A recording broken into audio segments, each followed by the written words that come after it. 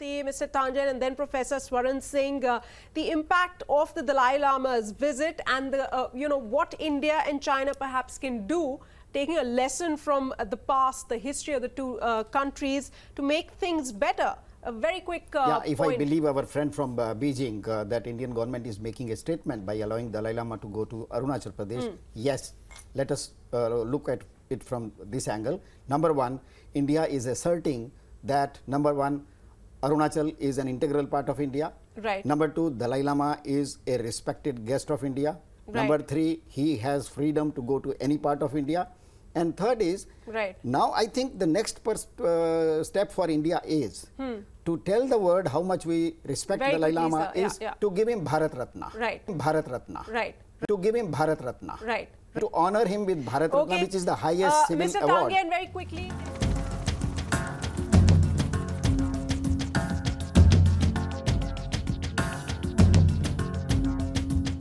हाँ, यही रास्ता है तेरा, तूने अब जाना है।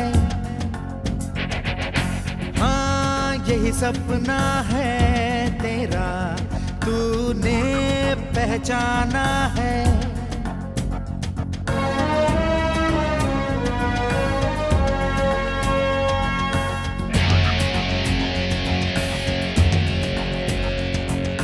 हाँ, यही रास्ता है तेरा, तूने अब जाना है।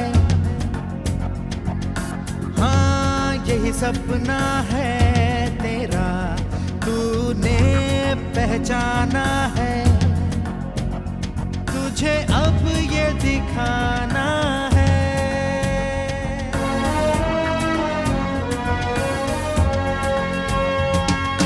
रोके तुझको आंधियां या जमीन और आसमां पाएगा, जो लक्ष्य है तेरा, लक्ष्य तो हर हाल में पाना है।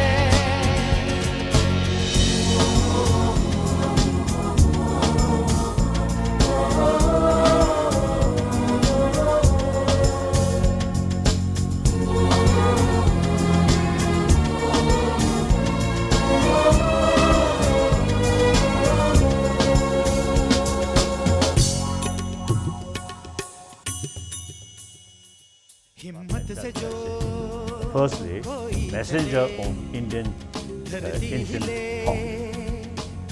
Then secondly, I consider myself as a son of India. Reason, all my sort of self. I think the other interview, I think I mentioned that in any way.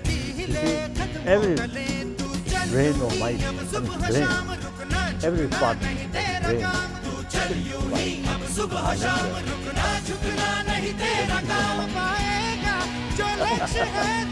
That this physical over 50 years, that I think few years ago, you see, some interview I mentioned that. Then you see, at least over 50 years, this physical survived with Indian dals, Indian rice, Indian chapati.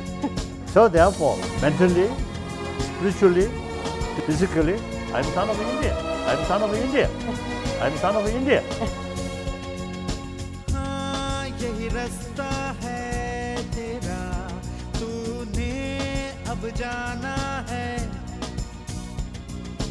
हाँ, यही सपना है तेरा, तूने पहचाना है। तुझे अब ये दिखाना है।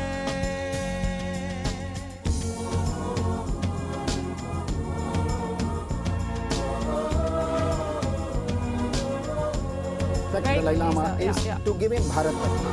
Right. To honor him with Bharat Ratna, which is the highest civil Mr. award.